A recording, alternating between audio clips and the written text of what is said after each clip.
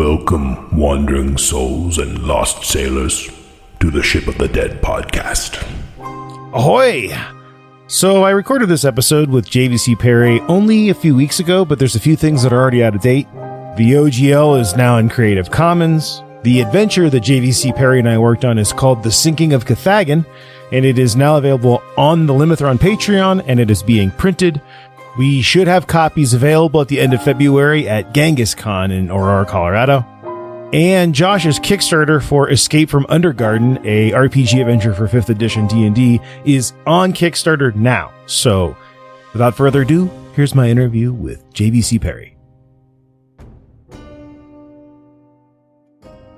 Welcome, mateys, to the Ship of the Dead podcast. My guest today is JVC Parry. Josh, welcome on board the Ship of the Dead. Yeah, thanks for bringing me on. Yeah, of course. I'm very excited to talk to you. I have known you from afar for many years because so many of my patrons that have come to get pirate-based battle maps are like, yeah, I'm running Call from the Deep, and I need a map of some ships, or I need a map of a crashed nautiloid. And that's how I first found out about your work. Can you tell us a little bit about like what the elevator pitch for Call from the Deep is? Yeah, of course. So Call from the Deep is a Dungeons & Dragons 5th edition campaign set in the Forgotten Realms that sees you investigate a crashed nautiloid vessel, and during the process you uncover a conspiracy of mind flayers manipulating pirates and cultists to their own ends. From the like intro page, I'm going to read this intro. And this is, when I read this tagline or whatever, this is when I knew we would be friends someday. Call from the Deep is a story about my favorite Dungeons & Dragons villains, Illithid. Some of my favorite novels and childhood films, Hook, Pirates of the Caribbean, and Treasure Island, and my newfound love for the work of H.P. Lovecraft. Now, I mean, if that doesn't scream Pirate Borg, I don't know what does. You know? Yeah. So this adventure, I don't have a ton of experience reading DM's Guild adventures. I usually, like most of my consuming stuff is not kind of in the Forgotten Realms. It's like third-party stuff. But one thing I think that's really cool about this adventure is that if you're playing in Forgotten Realms, and because it's DM's Guild, you use all of the city, you know, there's Waterdeep, there's Neverwinter, there's the Sword Coast, and it slots in perfectly to, you know, I think a lot of people are like running it right out of Storm King's Thunder, right? Is that the one that it ties out of really well? What was like the thought process and design process with that? So, yeah, people, a lot of the times they run it out of Storm King's Thunder, or I know some people run it out of the starter set, and other people like to mash it up with Ghosts of Saltmarsh, because when Ghosts of Saltmarsh came out, I don't think it was exactly what people were expecting, and they came out at fairly similar times. So nowadays I see a lot of people like mashing the two together. There's a lot of similar themes in there. My design process, I mean, the format is like what Sly Flourish might shake calls a yam-shaped adventure. So, well, the first few chapters are pretty focused, and then the deeper you get into the story, the more open world it gets before that all kind of ties back down together again into kind of a single end. So, a lot of inspiration there came from Storm King's Thunder because the narrative of that adventure is similar in shape. So a lot of it comes from there, but also it's kind of just like a love letter to the Forgotten Realms, because around the time I was publishing Call from the Deep, all I really knew in terms of role-playing games was D&D and the Forgotten Realms. I wasn't that long into it. I think I played my first D&D game in 2013, and that was the first RPG I played as well. So it'd been building up for a couple of years. I played some of the adventures that Wizards had been putting out, and I thought, you know, I want to set my own adventure there. These are the creatures I want in it. How can I come up with a neat kind of plot that ties in all the cool stuff that I love? I'm a real researcher, so I find it enjoyable to like go back through the old edition source books and stuff like that and dig up little nuggets that I could then bring into it. And so a lot of the time I spent working on that particular campaign was actually spent just like researching over and over again. And if you look at my early like Twitter history, it's all just me like atting Ed Greenwood and Chris Perkins, like asking them random Forgotten Realms questions. Chris Perkins is like definitely one of my, especially early D&D heroes. I mean, he still is, but you know, he's a little more 5e than the way I drift these days, you know? Yeah, sure. But what an incredible guy, yeah. So like this thing was really like born and raised in the writing room, not so much like it wasn't like your homebrew campaign. Like you really set out to kind of design and write this project. Yeah. Yeah, definitely. So I play tested it with 2 groups, but that was it wasn't exactly after I'd written it. When I was about halfway through writing, I started running it for one group and then, kind of like laying down the railway track in front of the train. I was kind of putting it together just in time for them to get there, which was good fun. And then once it was finished, I made some tweaks based on that first group's playthrough and ran it again with a different group so that I knew I was kind of happy with where it was at. So like for budding GMs and adventure writers, like can you give us some examples of the kinds of things that you tweaked? Yeah, I mean, a lot of the most obvious stuff is in counterbalance, right? Even if you use like Kobold Fight Club or something like that, you'll inevitably get, when there's, I don't know how many combat encounters there are in that book, but there's probably over 100. In fact, there's easily over 100. It's like a 280 page, it's like a full, what you say level 1 to 12 is your recommendation, right? Yeah, that's sort of the low end of, if you were going to run the streamlined version of that adventure, which is what I recommend, then you would get to 12. But I know a lot of people like to run, for example, there's a chapter where there are 3 pirate attacks, and you can pick one of them to use. A lot of people use all 3. And then there are loads of side quests in, I think, chapter 4, where it really opens out. And I sort of said in my recommendations, run a couple of these in between. If a character's stop at this location, run one of these on the way there. But a lot of people, I think that ends up being like 6 months of gameplay for some people, just as they dive into character backstories and all that sort of stuff. Yeah, I mean, as it should be. There's plenty of writing there to feed a full campaign. Yeah, probably you could go up to 20 if you wanted to. The characters would be too powerful, really, for the balance of the end game if you did that. But there are easy tweaks that you could make to bring it up to 20th level standard. For example, there's obvious places that the characters can rest in the final mega dungeon, and you could just strip those out, and all of a sudden it becomes way harder. So sure. Yeah, it's long. It's one of the longest things I've ever written, and certainly in terms of level span, there's only kind of 2 other things I've written that span those kind of levels. So I mean, like in hindsight, do you want to do more work like that? Or are you like, that was a bit much, let's trim it back? Do I want to? Yes, I would love to. Am I going to? I have kind of like speculative plans and the outline for and the first couple of chapters of a new massive campaign. But the reality now is that I do this as a full-time job. I need to think about every day, am I writing for me or am I writing for money? Yeah. Well, and you have to walk that balance in, like, if I'm going to take a year or 6 months off of the things that are, you could say producing money, but also just like kind of feeding the people who like your content, then you really got to make sure that project is going to, bear fruit. Yeah, exactly. So another one of the big things is that I don't publish on the DMs Guild anymore, except in kind of really weird, rare circumstances. One of the advantages of the DMs Guild is the quantity of stock art, or it's not even stock art, it's like creator resource art that you can use for free that Wizards of the Coast gives you to publish on DMs Guild, which Call from the Deep is full of, alongside artwork that I bought and commissioned from people. But the actual budget for that book is not huge. If I was going to publish it on Kickstarter, like let's say I wrote a new 1 to 12 campaign that was nearly 300 pages long and I wanted to put it on Kickstarter, the kind of like the level of quality that people expect from a third party published campaign now, for example, from Kobold Press, is insanely high. So I would need to hire a layout designer and a graphic designer and a cartographer and then, 2, maybe 3 artists to fill up this book. I think people probably expect an average of like 1 piece of art every 4 pages. So, that's a hell of a lot of art, and art isn't cheap. It's amazing to get, and I love commissioning it, but it's not cheap. So the kind of budget for a massive book like that would be huge, which means then the retail price would be very big. And also things like shipping, if I'm shipping out a big hardcover book, I can do print on demand, I guess, but no, I mean, if you're going to do all that work, people want the real book, Yeah, exactly. So basically where I am at the minute in terms of my self-publishing career, it makes more sense for me to release more frequent, shorter adventures just because the individual budget is lower. So each project is less of a risk. And also, I don't mind packing up a load of like soft covers and sticking them in the post. That's pretty easy for me to do. But I couldn't get a pallet of hardcover books sent to my house. No, it requires, we're going through this with Pirate Borg. Like there's an entire supply chain around it. There's a printer and there's multiple warehouses and everybody tacks on a fee. It's like a logistic. You're not writing RPGs anymore. You're running a logistics company in a lot of ways. Exactly. I think a lot of people don't really realize how much actually goes in. Making a book online and making a book a real book that you hold is like almost an astronomical difference in hours, you know? Yeah. And it's wild as well. Like if you were going to make 100 of something, obviously it's more expensive per unit to produce 100 books than 10,000 books, right? But it's pretty easy for you to post 100 books. You could do that in a day pretty easily. Yeah. To do 1,000 books or 10,000 books, like, no. Yeah. Ain't gonna happen. You're gonna lose a huge chunk of your life.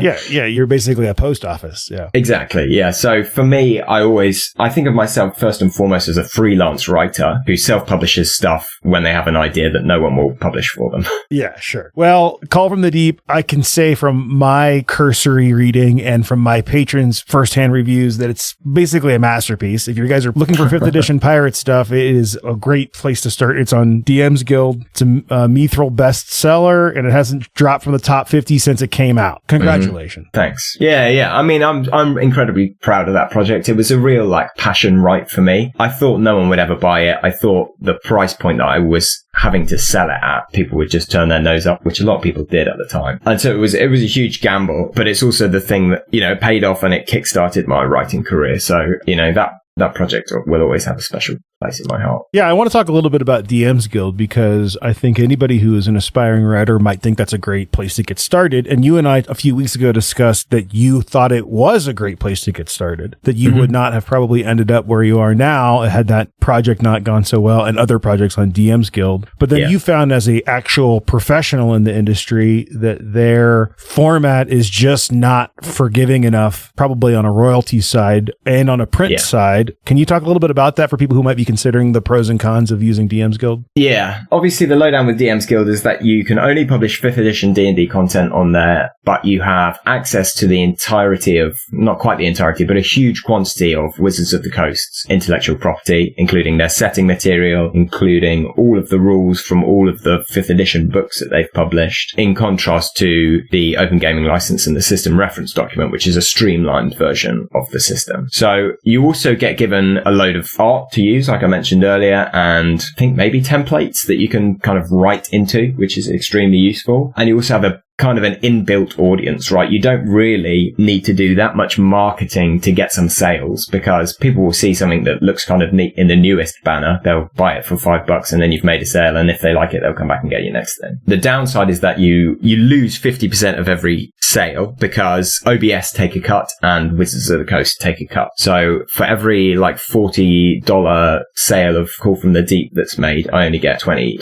from that, for example, which I think for a starting publisher, starting writer, that's kind of fine, especially if you're doing it just as a way to like make a bit of money off of your hobby, because the stuff that you're given, for example, the audience and the artwork, kind of makes up for that cut. Sure.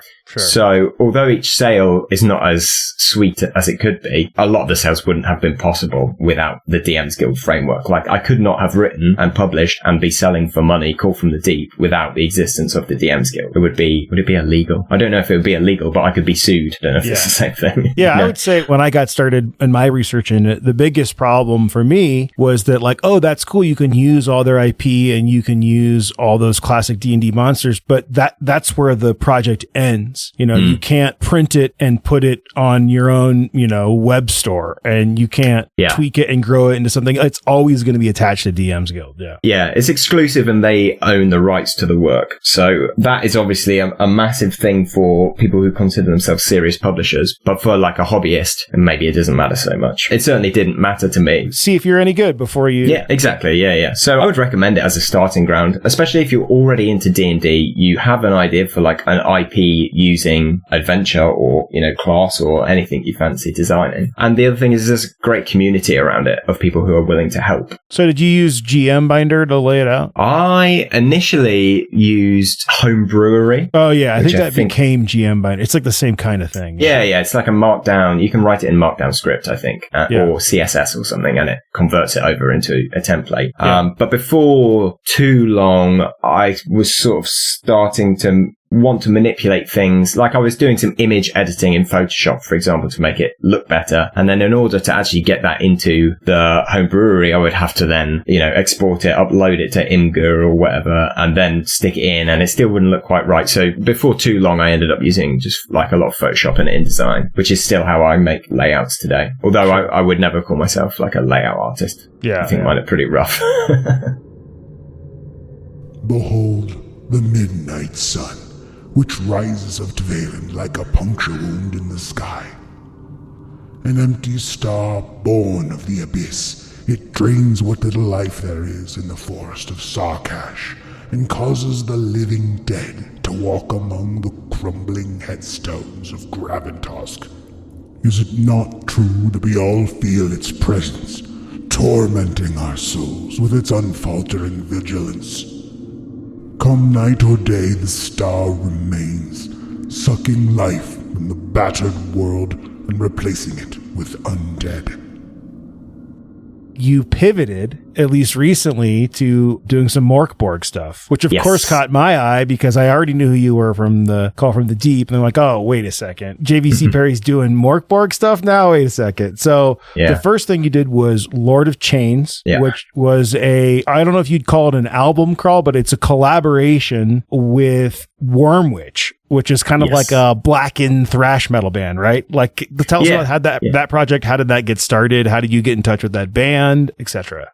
I mean, the word album crawl is great. I wish I'd thought of that. Well, it's not, but I'd say it's only kind of like that because it's not, well, maybe it is. Is it linked to a specific album or just their music in general? Yeah. Oh, so it is an album crawl. Perfect. Yeah. So essentially, I had this idea, there's a lot of references in Borg already to various different metal bands. And essentially I thought, I'd love to draw some actual inspiration from these things in a more direct way that could also benefit bands. Like I know bands sometimes, if you stream a song on Spotify, they get like 0.001 of a pence or something for that stream. It's not always easy. A lot of money comes from like gigging and merch and stuff like that. So I thought what would be a cool way to support an indie creator in the TTRPG sphere and also like a smaller band. So I reached out, Wormwitch were actually the first band I reached out to, and it just so happened that Robin from the band is a kind of devoted RPG player. He's designed his own system that he's not yet published, but is still kind of working on in its own setting. And I don't think he hadn't played Borg before, but he'd heard of it. And I think just the idea of a kind of collaboration, a TTRPG collaboration at least, was really appealing to him. So he spoke to the other band members and they were all on board. Wait, so were you like a Wormwitch fan? Like why them out of the like hundreds of metal bands? I'm a Wormwitch fan, and I felt that the tone of their music and also specifically the lyrics to the songs were really a kind of a great source of inspiration. So there's tracks like Benighted Blade where they talk about this kind of midnight black blade and stuff like that, and the Serpent Star and all this stuff that is so perfectly Borg in essence. I mean, having read through it, I feel like I don't know Wormwitch and I don't know their music, but it's like such a Borg release. It like fits perfectly in, like you're not really trying to like do your own setting with it. It is perfect for, well, I mean, I guess basically the pitch is like you've got to find this blade that's named after that song, right?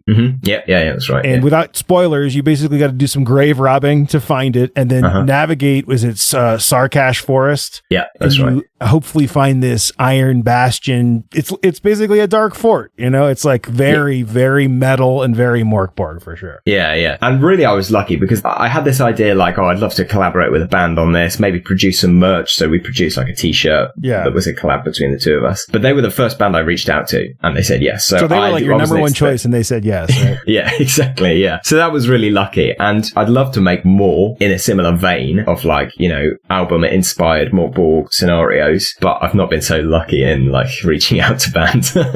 So are they like, how big are they? Are they like...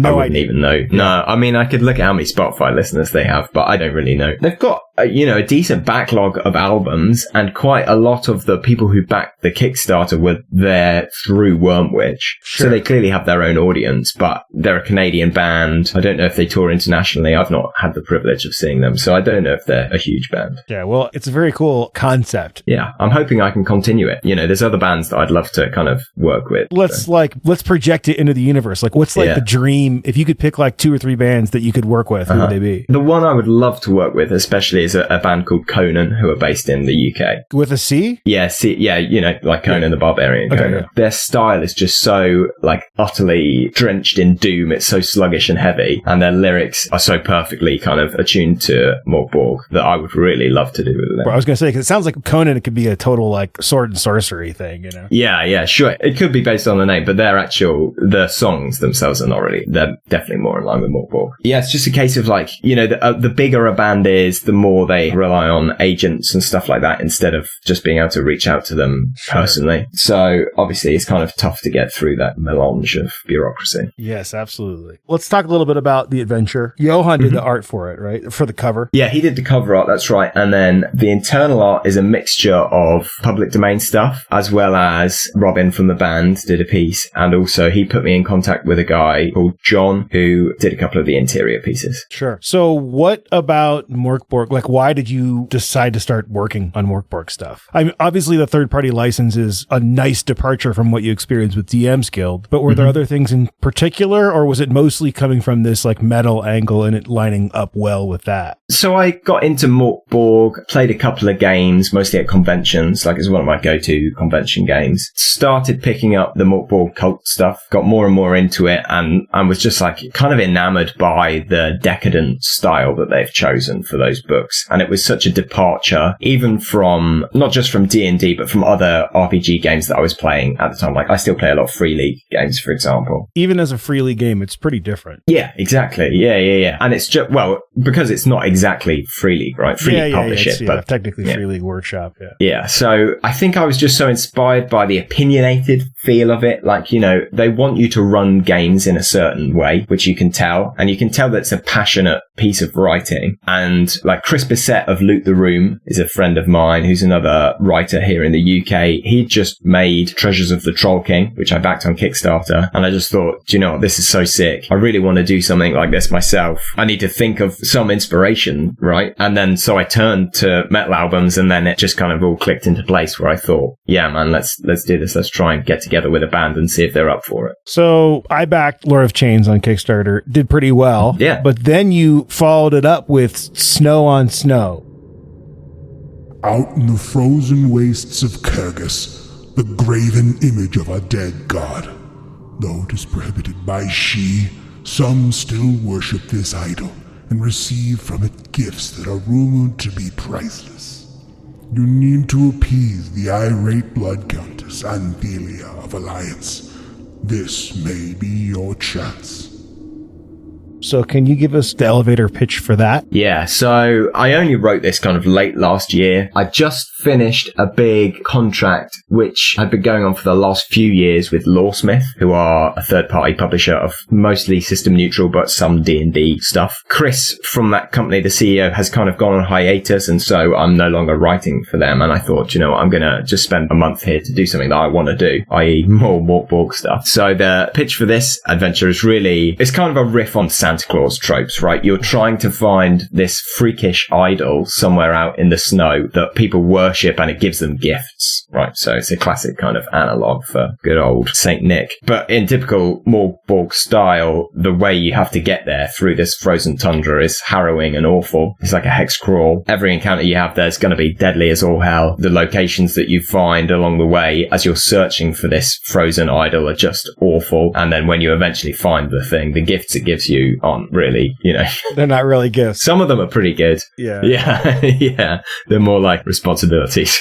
Yeah. One of the things I love about doing, you know, kind of Mörk Borg stuff, twofold. One is it's way less words, but in a way more provocative, because you can throw these like really over the top adjectives at people in a bullet list, and the GM gets it really quickly. And then when your player gets it, you're like, what is this? You know, it's, I love that. Yeah. Yeah. It's more content, less words. Like in contrast to D&D, especially, D&D adventures are really long. Yeah. And a lot of it is kind of waffly, not necessarily so useful because you're writing in full English sentences, right? Yes. And there are a lot of spare words in a sentence that fluent English readers, you don't really need. You know, if you skipped an and or a the or a will or whatever, it would still make sense. There's typically a lot of projecting of what the characters will do or might do or what will happen when this unfolds. Yeah. And I think that this kind of Morkborg thing is more like, here's this thing, here's a little description about them, maybe this is what it wants, some really basic stats, and then go with it. Yeah. And that's kind of an old school versus, I guess, new school way of writing, right? Because the typical D&D audience expects the book to cover most eventualities. So, you know, what happens if the party decides to sneak into the castle? What happens if they try to talk their way in? What happens if they try and fight their way in? Whereas with Morkborg, it's like, there's the castle, go for it. Yeah,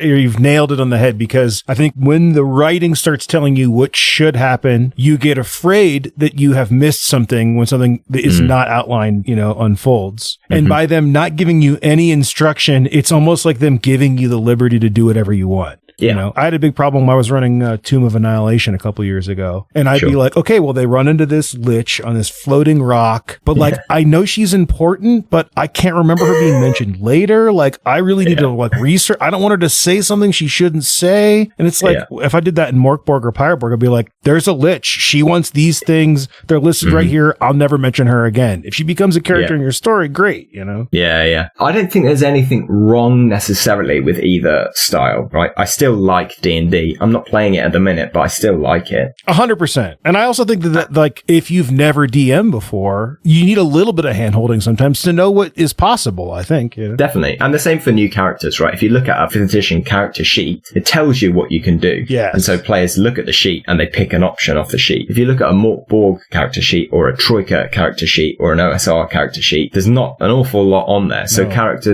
players have to think, you know, what am I going to do? Oh yeah, I'm going to pick this thing up and try and use it because why the hell not? There doesn't need to be a rule for it. It's like ruling's not rules, right? I think it encourages by omission, you know, by not saying here are your options. It gives people permission to invent their own options. And there's no attacks of opportunity. Every time I have a 5e player, I can tell right away. I'll be like, look, like I know you just said I hit it with my sword. You have a whole ship around you. You can swing from the rigging. You can get creative. You tell me what you want to do. And well, you know, I try to reward those things because that's what we're there for. It's a good story, right? Yeah, absolutely. And it's also, I don't know about other people, but I know they claim it's not, but my understanding really of the 5e rules is it's designed for grid-based combat, which is in itself a fairly limiting medium to run a combat encounter versus theatre of the mind, because people look at the map and they go, oh yeah, I'm in that square. They don't visualize it in their head and think, yeah, where is the rigging? Maybe I could climb up the rigging and elbow drop this guy. Do you know what I mean? They think, oh, the mast is 25 feet away from me. I've got 10 feet of movement left. So I'm just going to stand here like I did last turn and attack with my sword again.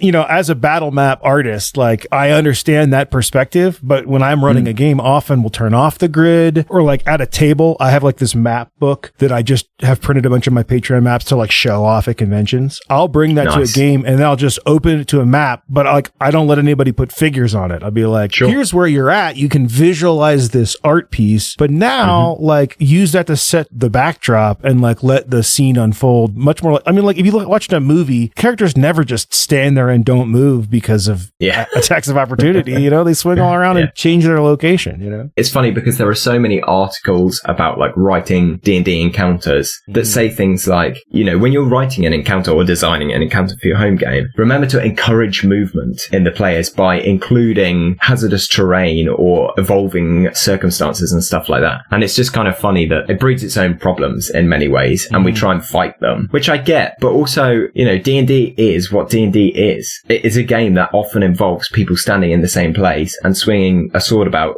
turn after turn. Like, if it's not for you, that's fine. I don't think we need to feel the need to kind of embrace it. Just try another game if it's not working out for you. But I love gridded combat, man. I think it's sick. I like counting the squares. I love a good war games. I love skirmish games. And I think the other thing too that kind of breeds into that, like, let's say you're playing, I'll use Pirateborg as an example. You're a filthy pirate. You have 3 hit points. It takes 5 minutes to roll up a character, or you can press a button on a thing to get a new character. Well, you're not nearly as invested about like, let's try the really epic thing. And if I get killed, the real world cost is very low. Compared to you've been running 5th edition, you wrote 2 pages of backstory for your character and you've been playing it for a year. You're not going to make a decision at the table that you're basically risking your time and your story with that character. So it's like the conditions are set up for a different result and you get a different result as a result.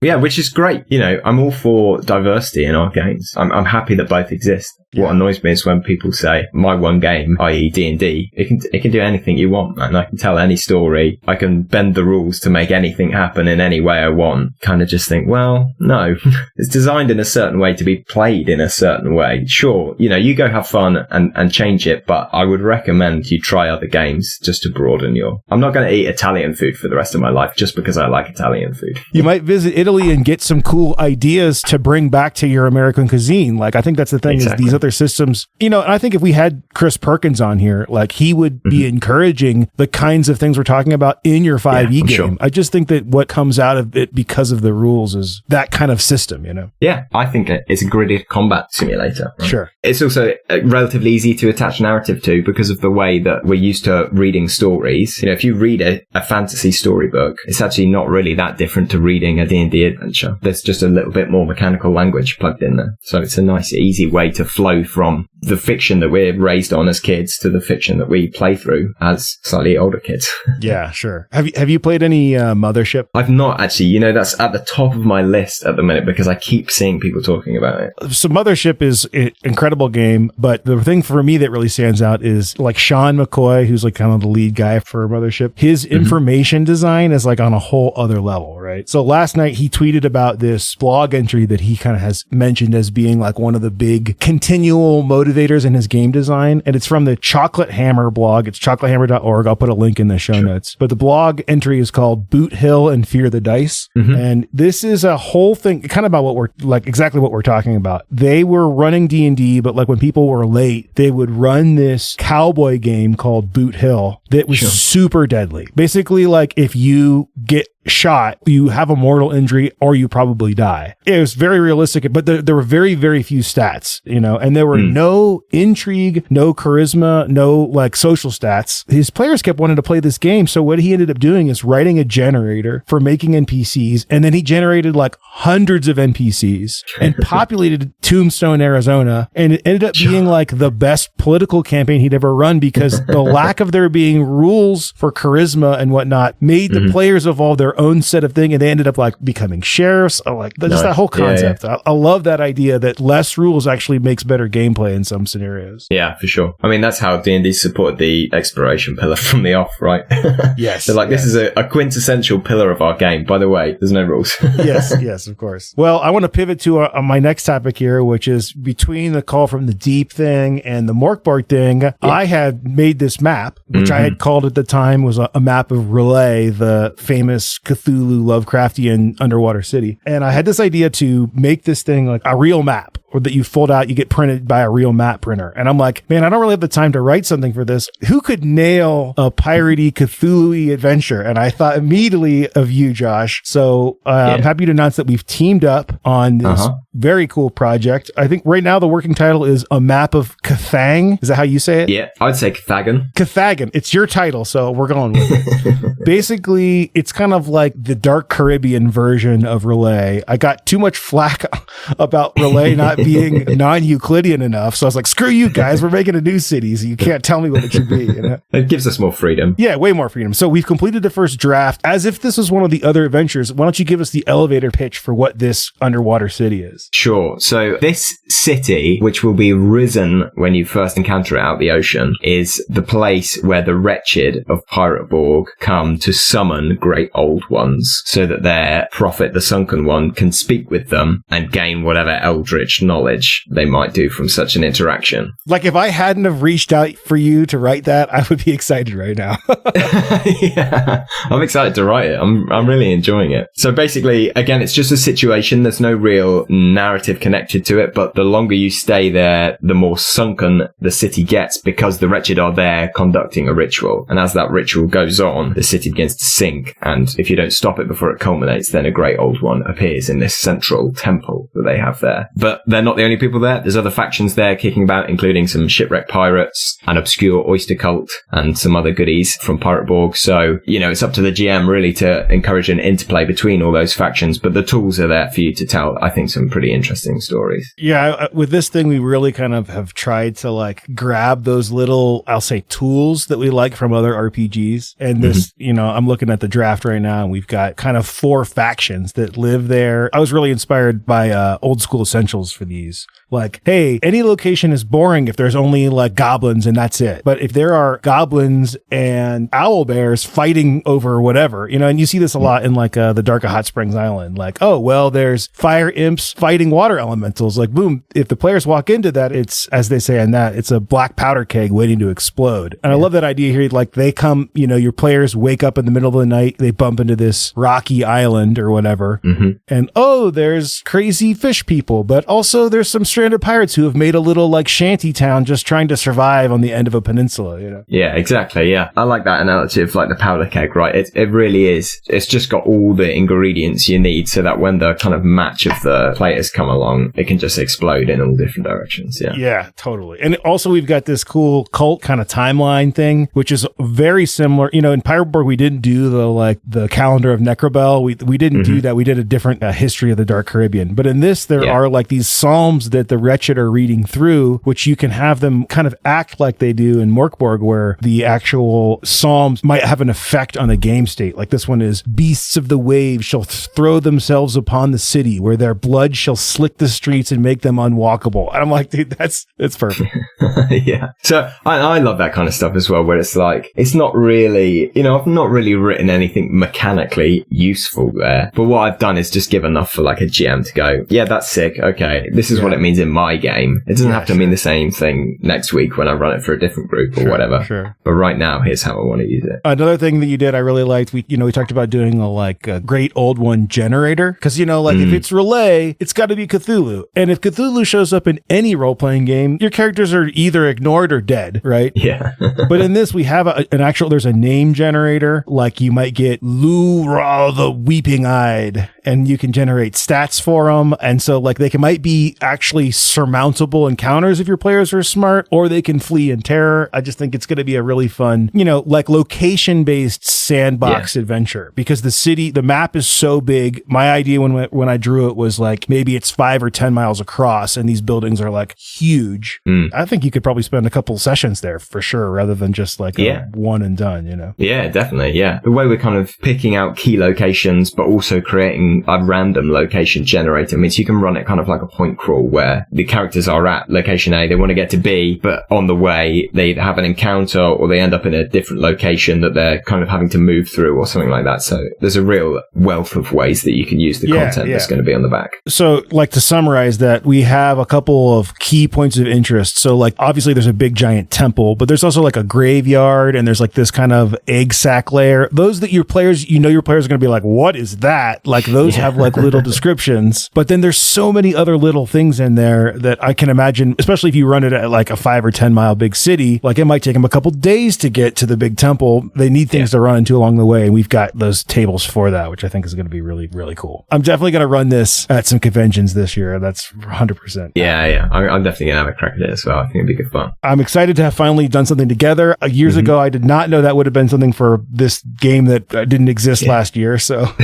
yeah, cool. It's been great. Yeah. And what a neat artifact as well. Anything else you want to say? Yeah, I just want to say, obviously, making books is great, right? It's a lot of fun, and putting little zines together is also cool. But there's something really awesome about this project, because it's both an in-world artifact and also a game tool. Yes. Similar to Putrescence Regnant, right? The vinyl, where you can stick that on in the background, but also there's a whole adventure in the sleeves of that thing. So those kind of new creative products to me. Just to be clear, in case I wasn't earlier, this is going to be, I think, is it an 8 panel? Is that where we're at right now? Yeah. I mean, we're going to do a PDF too, but it's a printed folding map that on one side, other than probably little numbers, maybe we won't even need numbers. It will look like like you found it like on a cultist's corpse. You know, it'll be an old, weathered, hand-drawn map. Oh, I didn't even mention the like kind of final temple. There's a little mini map of a final temple, and I'm excited about it. It's another one of those passion projects. Just like, I want this to exist, you know? Yeah, I think it's going to be sick. I'm really pumped for it. Yeah, I don't know what the release plan is for it. I don't think we're going to Kickstart it. I think we're just going to print it, but who knows? We'll see. Yeah. Okay, so this brings us to our like kind of main topic for the day, which is your upcoming project, Escape from Undergarden. Give us the elevator pitch for that. Yeah, right. So this is back on the 5e train. It's published under the OGL, and it's tier 2 adventure for 5th edition that sees the characters search for a missing dwarven huntress. So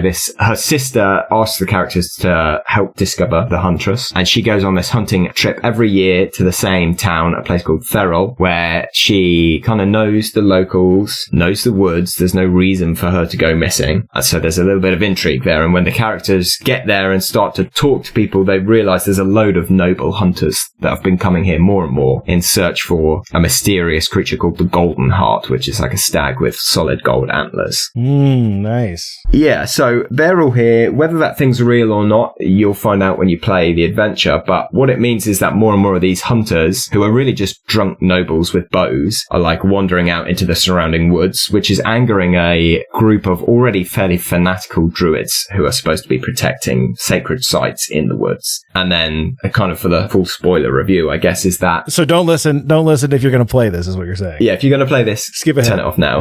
But if you're the GM, carry on. What happens is the characters discover that the huntress has accidentally stumbled on one of these sacred sites during her hunt and has been captured by the druids. The druids then take her back to their hideout and throw her into Undergarden, which is a kind of prison demiplane created by an archfey and forgotten about like centuries ago that the druids now use. They've been throwing people in there, and the issue is that once you're in, it's really hard to get out, right? It's a prison. So it's an expansive forest, magical forest inside this enormous underground cavern, which seems kind of like idyllic to begin with because it's this amazing, beautiful fey forest, but actually it's impossible to get out, and stuff there is more deadly than it seems at first glance. So the bulk of the adventure is the characters entering Undergarden, trying to find the huntress, and then once they've found her, trying to get out. And the way that works is that there is an enchanted sundial, which has 4 keyholes on it, 1 key for each season, and you can turn the sundial around to change the season of Undergarden. It's easier to get each key if you're in the right season, right? So an obvious example from the adventure is that the autumn key is found within a tree called the evergreen oak, and it's obviously a lot easier to find the evergreen oak if it's winter and all of the other trees don't have their leaves on. But yeah, okay. It's also protected by dryads and other stuff, so each encounter is kind of a big section of the adventure in its own right, but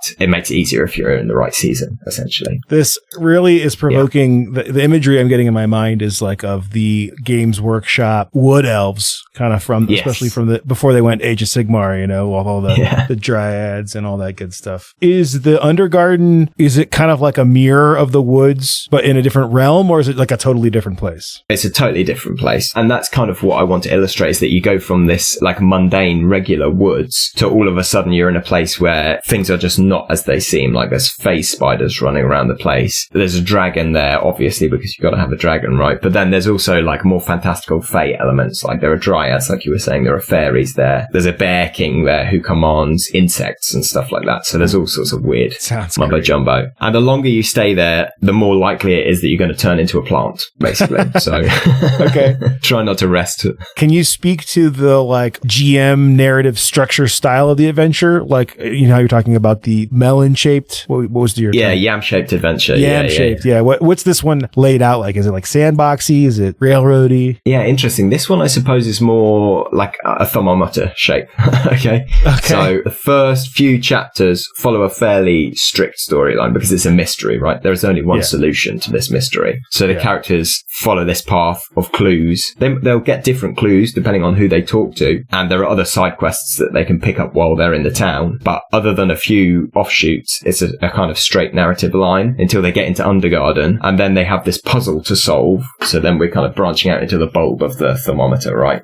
there are different ways they can go about solving the puzzles. Maybe they'll bother finding Mirren. Maybe they'll think, oh, you know what, this huntress is dead. There's no way she survived. And they'll leave that completely. There are other, like there's Hag in there who has side quests for the characters. There's an eagle, like a Lord of the Eagles in there who might have other things for them to do. So at that point, they've got a whole space to play in. But obviously the adventure hopefully culminates in them escaping. So there is a single end point, I suppose. Understood. So what's the format of the actual book? Like how, like is it a big long book or is this like a small module? Sure. And you guys are printing it, right? That's right. Yeah. So it's going to be available in PDF and in softcover. It's about 30 or 40 pages long, something like that. It's one of these things that I expect would take people like maybe 3 to 6 sessions to run through, depending on how much of the content they engage with. It's set in a generic enough setting and then a demi-plane, so it can be dropped into any campaign with ease. Just need some woods, right? Yeah, exactly. Yeah, you just need a town in a woods. Easy as that. So, like I was saying earlier about kind of these short adventures being a little bit more manageable for me and palatable, I think, for people. It's part of like the 5e published work that I'm creating at the minute, which should just be able to drop into any campaign. So you could run this straight out of the start set again or throw it into. That stuff is super needed. I mean, like Call from the Deep is great, but you have to get it and read the whole thing pretty much before you decide to get a group to play it, more or less. Yeah, yes, right. Like you said, you insert it into anything that you're running. Yeah. You know, the reality of something like Call from the Deep is that you're looking at a year, basically, to run through that thing, 6 months to a year at least. Yeah. Whereas this, you know, if you have a month, you can probably crack through it. And life and scheduling games is not always easy. So shorter stuff gets played more often, I think. Forgive me for not knowing your full body of work, but do you have you written for any systems besides 5e, Mörk, Borg, and, more agnostic stuff? Yeah. So a lot of my freelance work is 5th edition, but also a lot of it is system neutral. So a lot of the stuff I made for Lawsmith, like Wondrous Expeditions, that book, and the Remarkable series, Remarkable Cults, Remarkable Guilds, Remarkable Shops, and Remarkable Inns, they're all kind of filled with system neutral stuff that you can just dump into your games however you like. Flavor. Same with Nord Games. A lot of the stuff I did there is either 5e or it's system neutral. Like they have out on Kickstarter at the minute the Oracle Character Generator, which is a set of tarot cards that you draw to create a character on the fly. And before that I did the Story Generator, similar thing, but for short narrative arcs. Are there any other systems that you like are really wanting to write for? Like maybe Old School Essentials or some other OSR stuff? Yeah, well I like the Year Zero engine a lot. So I published an indie game that uses the Year Zero engine called Peculiar Children. But then I've also published stuff on the Free League Workshop for Vaesen, which is one of my favorites, and Tales from the Loop, which is another cracking Year Zero engine game. At the minute, my next kind of area of interest is Chaosium's Call of Cthulhu. I'd like to do some Call of Cthulhu work. I will say, as much as I love those guys, I know a few of them personally, their third-party license doesn't let you use Lovecraft. So I'm sure you'll be fine, but I'm curious to see what you come up with, you know? Yeah. So that's one I'd like to get into and maybe try and find some work with them themselves. I'm sure those guys would love to work with you. Yeah, fingers crossed, right? And then also Troika is the one that I'm reading at the minute. And I just think it's like, in many ways, it's the same as Mörk Borg. And it's like mechanically very similar, I guess. Sure. It draws on like old school, but also on advanced fighting fantasy, like the old game books. But then in terms of theme, it's almost like the polar opposite. Like it's like this weird high sci-fi fantasy romp through crystal spheres, each of which contains their own weird and wacky world and this kind of endless city. So I think I'll probably end up designing some stuff for that as well. Because, and again, they have a very permissive game license. So you can, as long as you're not copying like verbatim from the book, you can use all of their stuff, which is really nice. Yeah. I mean, I feel like everybody wins. Yeah. You know? I mean, obviously I feel that way. But, you know, the OGL nonsense these days is... it's a tough time out there for 5e. Yeah, people got really, really stressed really, really quickly and blew up. Well, I mean, like, the way that First License came out, like, I am in a Discord with, like, all the, like, Patreon creators, you know? And, like, the battle map guys like me and Che and Peku, like, the OGL doesn't really touch us for that kind of stuff. But there are other guys, like, like DM Dave is, like, he's basically rebuilt his whole business model now because he's not willing to let them just say, hey, you can't make stuff like, even if they reverse, it's just too risky, man, you know? And there've been like a lot of good kind of acts of protest, right? Of people, you know, like Cobalt Press, Black Flag, we're making our own system now. Pugmire just released their new... The Orc license from Pathfinder guys, Mapaizo. And the open D&D thing, that's definitely a nice big push from all the creators to be like, hey, you guys got to keep this open. And I think it's having some effect, right? Wizards is clearly aware of what's going on. Whether they'll actually listen or not, I don't know. Yeah, I'm curious to see how much their legal and executive team will let them listen. I think that's probably the best way to describe it. Well, I think the reality is none of this is coming from the creative team anyway. Of course not. There are maybe 3 individuals within Hasbro whose call this has been. And hopefully the idea is that the stock price plummets and they realize it's the wrong call for them to make, right? Yeah, I was reading the other day that I forget the guy's name. Sorry, I'm trying not to give too much of my energy to this OGL thing, but you kind of can't help it. But the lead guy's name who like really took Magic the Gathering's digital thing all the way up is like kind of dictating what this new future for D&D should be like. And he's never even played D&D. And he's like, I don't have to play it. Like, I understand what sells on digital marketplaces. And I'm like, dude, you get out of here, man. Like, they're such a huge company. Obviously, they're beholden to shareholders. Shareholders want more money. They don't necessarily want better games. So there's always going to be a conflict between the creative side and the business side. It's just a shame when it's like, I mean, I know you and I are professionals in this industry, but the only reason that we are is because we love it. You know, it's like a way of life. It's not just like, you know, we're selling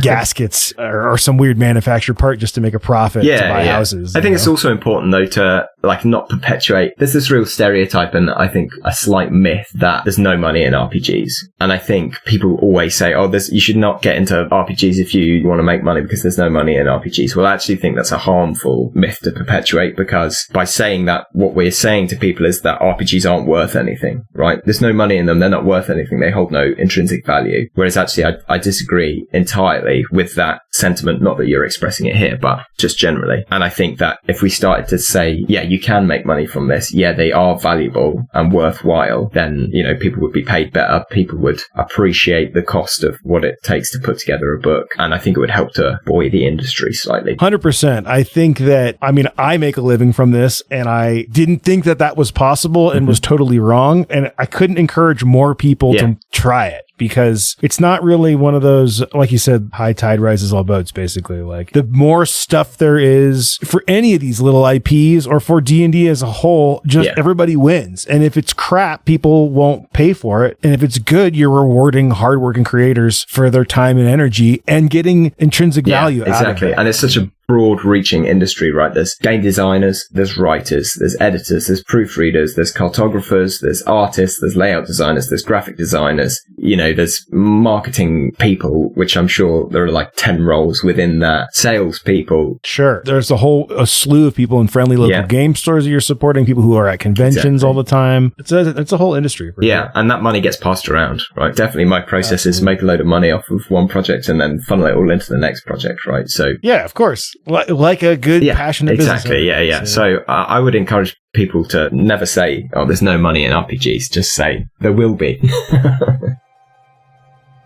Hold fast, wretched sailor. We brace for the broadside barrage.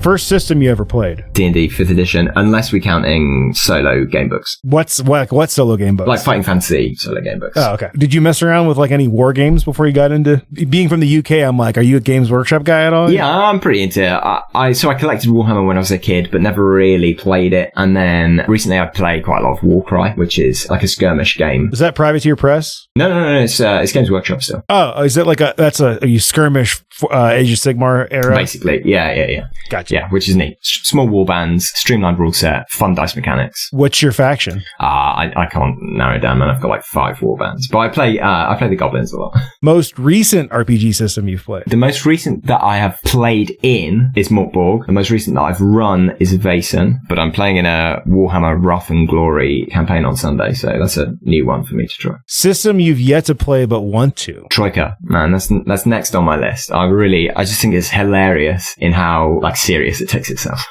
Favorite Lovecraftian monster or Lovecraft tale? I think my favorite tale, there's a an archaeologist who ends up in like, not a crypt exactly, but some kind of mausoleum beneath a city in these narrow like tunnels. In Cairo? Maybe, yeah. Yeah, it's like he goes through the desert and they like lead him into the temple. Yeah. The Nameless City. The Nameless City. That's what it's called. Definitely my favorite one. Yeah. It's a good one. I read that, I think within the last year, actually. Oh, nice. Yeah. I just found that one so, like, Lovecraftian stuff often doesn't spook me. That one spooks me. Yeah. The thing about if you don't know Lovecraft's work, but you're like kind of into the trope that he's made, when you start reading, you're like, oh my God, this is exactly what I was like hoping existed. But it's like, for me, it was like a reverse thing. Like I found out a bit from like, old gaming magazines and like all the role-playing games, Yeah. Beyond Mountains of Madness is my second favorite because of that horrible things there. So many horrible things. Do you have a favorite Lovecraftian monster? I mean, the things in that, the like crocodile seal things in that story particularly are awesome. But then also, is it the elder things? Is that what they're called in Beyond the Mountains of Madness? Yeah, elder thing. The elder things, they're just called. The elder things. Or the old ones. Yeah, man. Those are the good. Anybody who has not listened to At the Mountains of Madness, Wayne June has a recording of it on YouTube. Wayne June is the narrator from The Darkest Dungeon. Oh, cool. Yeah. If you're familiar with it. He's done some Mörk Borg stuff too. He's basically like the voice of Mörk Borg. Yeah. Okay, you, JVC Parry, are a 5th level character in a medieval fantasy setting. Yeah. What is your class? Cleric. Always cleric. If you had to choose an RPG setting to live in, which would it be? I mean, the reality of living in Mörk Borg would be pretty damn awful. And I do want to live, at least for a little while longer. So, I guess Vaesen, right? It's like real world, but there's a bit more going on behind the scenes than first meets the eye. Pella's answer was Cimmeram. Oh, yeah? He was like dark forests and stuff like that. Yeah, that's cool. That's cool. Very like Scandinavian also.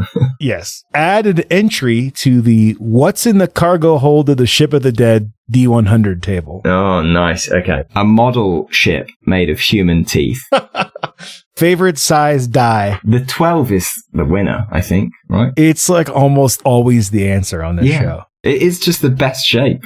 Still, nobody has said D20, which I find... No, there's too many sides on a D20. Whoever decided that was a good dice. Like your logo's the D20. DM Dave's logo's the D20. Yeah. Like Roll20's logo's the D20. You'd think someone would say D20. Favorite fantasy movie, TV show, or book? Or IP in general. Or like some of your highlight, like your, core memory highlight ones. Yeah, well, Terry Pratchett's Discworld is obviously a very formative text for me. I like the Lord of the Rings movies. They were a big part of my childhood. I've never made it through the books, but I like The Hobbit a lot. The thing is, a lot of the stuff I just don't get on with that well. Like Game of Thrones, I can kind of take it or leave it. I like Pat Rothfuss's writing. Oh, I was going to ask you that when you were talking, I breezed over this, but when we were talking about your upcoming Escape from Undergarden, I was like, this sounds like maybe he's read some Wise Man's Fear. Yeah, right, yeah. Because the way he describes the Feywild or the Feyworld is awesome. Yeah, for sure. Have you read Matt Colville's books that he wrote before he became MCDM? No, his fiction? No, I haven't. You know what? They're good, man. They are I have good. To check that out. You can only get the hard copies on like Amazon Print on Demand or something like that. So they're on really crap paper, like peeling covers. But I really dig his writing. It's a nice setting. Yeah. Favorite libation or beverage during your RPG sessions? During the sessions, beer. Just any kind of like nicely hopped IPA or New England style pale ale is also a classic. Video or computer game you've logged the most hours playing? I don't know, probably like Snake or something, man. I'm not like on your Nokia? Yeah. Or your graphing calculator? Yeah, I'm not very good at video games, man. I guess I've probably played a lot of hours of Civ, right? Just like pressing next turn and losing. I'm pretty good at that. Wait, what game? Civilization. Oh, Civ. 6. Which one? Yeah, 5 and 6 I played a fair bit of. Yeah, I haven't played Civ since I played like 2, like way like in the 90s or something. Yeah. I'm really bad at non-turn-based games, and I'm even bad at turn-based games, so I'm just not as bad. Listeners know this, but my favorite game that I'm the worst at is definitely Darkest Dungeon. I just love that game, and I'm so bad at it. I can't even unlock like the second or third level or whatever, Oh, actually, do you know what it is? It'll be Magic the Gathering Arena. That'll be the biggest. Oh, nice. Yeah. So you played a lot of Magic? Yeah, I play a lot of Magic. Yeah. I like drafting, and Arena's a good way to draft. I haven't played Magic since I think like middle school. I've played like once or twice since like middle school, but I played a lot of the Lord of the Rings card game. and a lot of the Star Wars tradable card game. Sure. Yeah. I like CCGs a lot. Yeah, I cycle through them all the while. Do you play Arkham Horror LCG? No. Do you know, that's one I've really been meaning to get into, because every year at Dragon Meet in the UK, which is a big convention in the UK, they do this big Arkham tournament, and every year it's an incredible game. Is it? Yeah. Yeah, it's like it's a cooperative game, but it's very hard. And it's story based in that you play a scenario with your like kind of crappy character, and then depending on how good you did, you get experience points, and you can upgrade your equipment and your spells for the next scenario, which is really cool. If you're an RPG player and you want to try out a card game, that's the one. Okay, yeah, I'll have to get into it. I have two-part question here. Favorite D&D spell? Let's say 5th edition, since you know the book pretty well. Objectively, the best spell is Prestidigitation, because that is the one that sees the most like diverse use at the table. Players get the biggest kick out of it. You can cast it whenever the hell you want, and you can do dumb stuff with it. So it's a lot of fun. But I like the weird spells like Nistel's Magic Aura and stuff like that kind of messes with players is a good one. And then my second part to that is your favorite, we'll say 5th edition monster manual monster. Well, like Mind Flayers are kind of my jam, you know what I mean? Like they're just so cool. Yeah, I mean, you're in my mind, you're like kind of like the Mind Flayer guy, because they're not allowed for all the third party people. And like you did a product where they were allowed. I'm like, dude, yeah, this is a spoiler if you're going to play Call from the Deep, so just don't listen. But the Kraken that's infected by the Elder Brain is like that's so cool. It's what a great hook. Yeah. I just wanted to write like the campaign that I wished WotC would put out. And that's I think you're successful. Not to like fanboy or whatever, but did a great job. Okay. Thanks. Favorite board game? I'm a big board game player. Well, you want to give us some highlights or favorites from a couple different categories? I mean, I can do my favorites of like this year so far. Wingspan. Love Wingspan. Istanbul. Love Istanbul. It's such a tactical, like, great engine building game. Wingspan's good because the artwork's amazing, but also the gameplay is beautiful. I have a non-gamer friend who was like, you gotta check out Wingspan. Yeah. Honestly, it is really, really good. 2-player game, because like oftentimes it's just me and my wife playing. Nanga Parbat is one that I've been going back to a lot. And then also like in terms of like party games, Werewolf is always just a classic. I love playing Werewolf. Upcoming Kickstarter project or upcoming game that's going to be released that you're most excited about? Do you know, I don't know there's that much on my radar at the minute for upcoming Kickstarters. A lot of the times because I feel like I'm looking at the ones that I'm writing. You know? Yeah, sure. But Zine Month's just around the corner, right? Zine Quest, is that what they still call it? Yeah, Zine Quest, yeah. They messed it up last year and they've got it back. They tried to do it the same month as Gen Con. Yeah, they did. Keep in February. It was always Feb, and then it was August last year. It's like, I don't have the bandwidth to do it this year, but I really want to. Do you think our thing could be in Zine Quest? Yeah. Does it count? Yeah, man. They're not strict. They have all these guidelines and then they don't give it. Maybe we should just do that. I don't know. Like, I don't really want to do another Kickstarter, but also Zine Quest. Yeah, I don't think that'd be a bad shout. Yeah, okay, we'll see. We'll see how crazy I get. I'll share one just because you didn't have one. I just got this in the mail today. Isle of Ix, IXX. Damn, yeah. This is Skull Fungus's, it's basically an Into the Odd hack, which means that the rules are like 2 pages, 3 pages. But it's I'm not going to spoil the hook, but basically it's a island, like primordial island crawl with a bunch of dinosaurs. But it's got some things in common with Call from the Deep if you are into, I won't spoil them, but Skull Fungus is, man, that guy's, I love his maps. I love his style. He commits to his style more than I ever could. I'm always like trying to try all things out, but he is like, you know immediately that it's a Skull Fungus map. So. Yeah. I saw Chris Bissett, who I was talking about earlier, Loot the Room, was posting about that on Twitter the other day. It looks really good. Yeah. I don't know if it Kickstarted, but I missed it. And then it's you can get it from Omnivorous Games. And I bought it like immediately. So yeah. All right, Josh, thank you so much for coming on the show. Where can people find you if they want to know more information? We're going to obviously put links to the Kickstarter and whatnot in the show notes, but like, what's the best ways to get in contact you or interact with you on the web? I have a Twitter at JVC Parry. I have a Facebook page, JVC Parry. I have a Discord server, which you can find through those last two. I have a website, jvcparry.com. I have a mailing list, which you can get onto through my website. The reality is I don't have a lot of bandwidth for like too much social media stuff. Sure. More of a lurker than anything else. But if you want to like actually talk to me, you can just send me an email, jvcparry@hotmail.com. Excellent. And you're available for freelance writing, yes? Yeah, relatively. No, let's say no, because now you work with me, so he's not available anymore, guys. Back off. Send me an email and I'll see if I can slot you in. Yeah. Sweet. Especially if it's a cool project. Like, I will make time for a cool project. You've been listening to the Ship of the Dead podcast. Email your questions, comments, and buried treasure tips to shipofthedead@limithron.com. You can support the program, join our Discord server, get early access to new episodes, and instantly download hundreds of battle maps, assets, and adventures at limithron.com/Patreon. Tiers start as low as $2 a release, and you only get charged when I make something new. Pirate Borg, my rules-light, rum-infested hack of Mörk Borg, is available for pre-order at pirateborg.com. Ship of the Dead is produced by Limithron LLC, our audio editor is Matt Kepler, and our music is by Alexander Miller.